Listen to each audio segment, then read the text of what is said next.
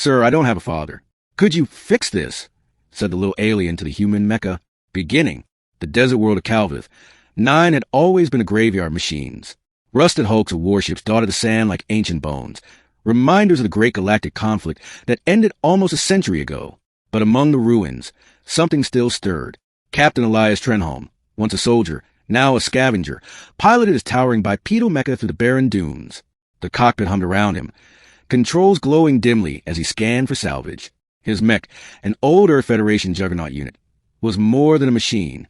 It was his shelter, his companion, his lifeline in the silent stretches of exile. Elias wasn't scavenging for wealth. Not anymore. He was searching for distraction. Something to keep him from thinking about the war, about the comrades buried in shallow graves light years away, and about the family he had failed to protect. It was on the 14th day of silence that he first saw her. At first, Elias thought it was a mirage, a small figure stumbling across the desert. He zoomed in with his mech's optics. The child's skin shimmered a pale violet, her eyes larger than humans, glowing faintly with a bioluminescence that marked her as non-human. She was thin, ragged, wearing what looked like fragments of torn cloth. The comms crackled, something that hadn't happened in weeks. A soft voice pushed through static. Sir, excuse me, sir in the metal giant. I don't have a father. Could you fix this? Elias froze. The mech speakers activated automatically. His voice came out deep, amplified. What did you just say, kid? The little alien girl tilted her head, gazing up at the towering machine. Her voice trembled, but there was no fear in it, only desperation. I said, I don't have a father. Could you fix this? Middle. Elias dismounted, climbing down the mech's ladder to face her directly. The girl couldn't have been more than 8 or 9 in human years. Her thin arms trembled, but her luminous eyes never left his. You're alone out here? Elias asked, crouching to meet her gaze. She nodded. Everyone else went away. Some to the stars, some to the sand. Mother too. But I thought maybe a human mecha could make fathers.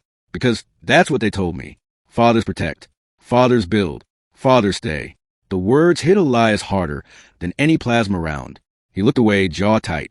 What's your name, kid? Lura, she whispered. Elias exhaled slowly. The desert wind carried silence between them, broken only by the distant creaks of rusting war machines.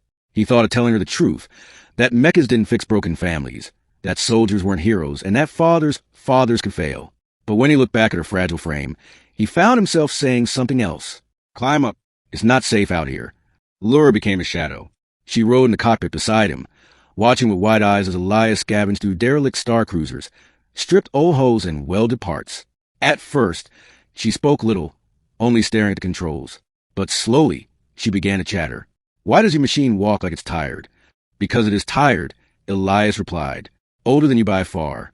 Can you teach me how to move it? If I'm going to have a father, maybe I should learn to be a pilot too. Elias would grunt, try not to smile. Against his own will, he found himself answering her endless questions, explaining the difference between plasma batteries and fusion cores, or telling her stories about Earth oceans when she asked why his eyes seemed sad whenever he looked at the stars. Yet at night, when Lura slept curled in the mech storage alcove, Elias sat awake, staring at the controls. He knew what he was doing was dangerous. Attachment was dangerous. He wasn't her father. He was just a broken soldier hiding in a shell of steel. Still, when she whispered, "Good night, father," before drifting to sleep, Elias didn't correct her. One evening, while scavenging a wreck, Elias and Lura stumbled upon something unusual. Buried beneath the sand was a half-functional data core, its light still faintly blinking. Elias hauled it into the mech, dusted it off, and powered it. The hologram flickered to life, an alien recording. Soldiers in armor, voices sharp with command.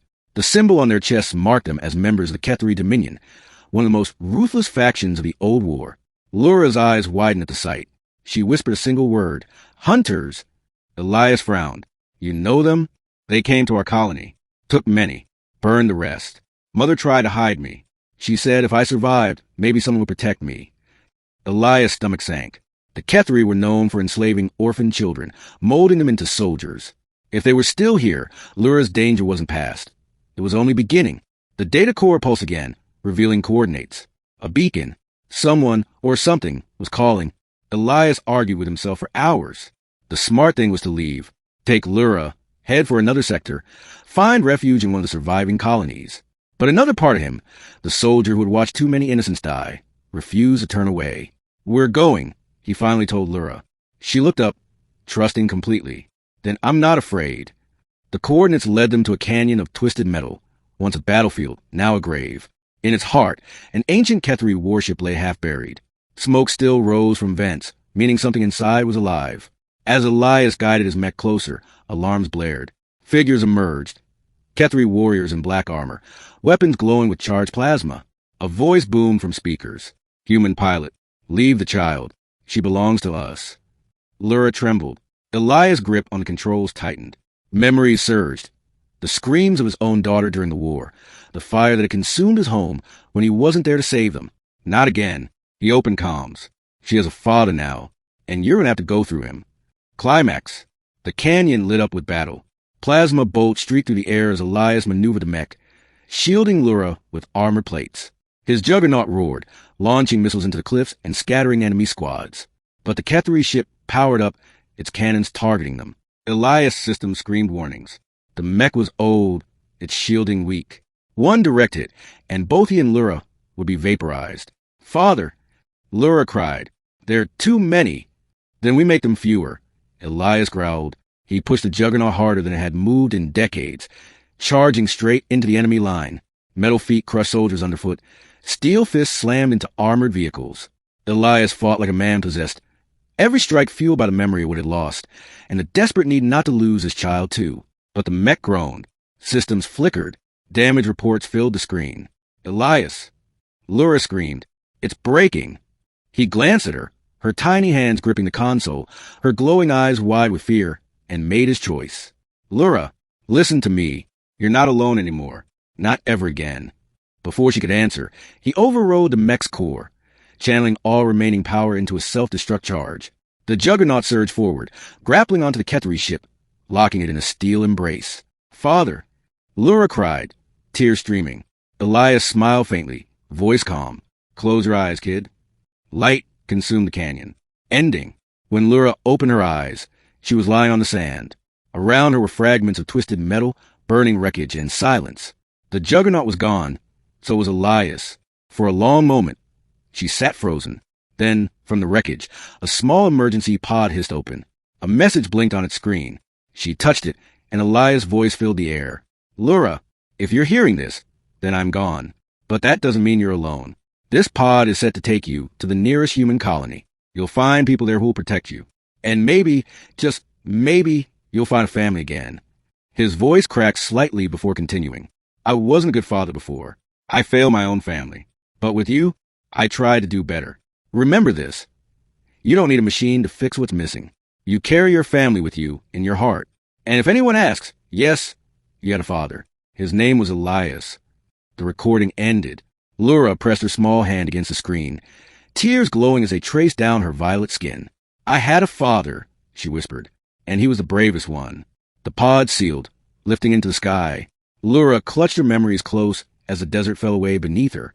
The galaxy was vast and dangerous, but now she no longer felt small. She carried the strength of a soldier, the love of a father, and the fire of survival, and she would not let his sacrifice be forgotten. For as long as stars burned, the story of the little alien who found her father in a human mecha would live on,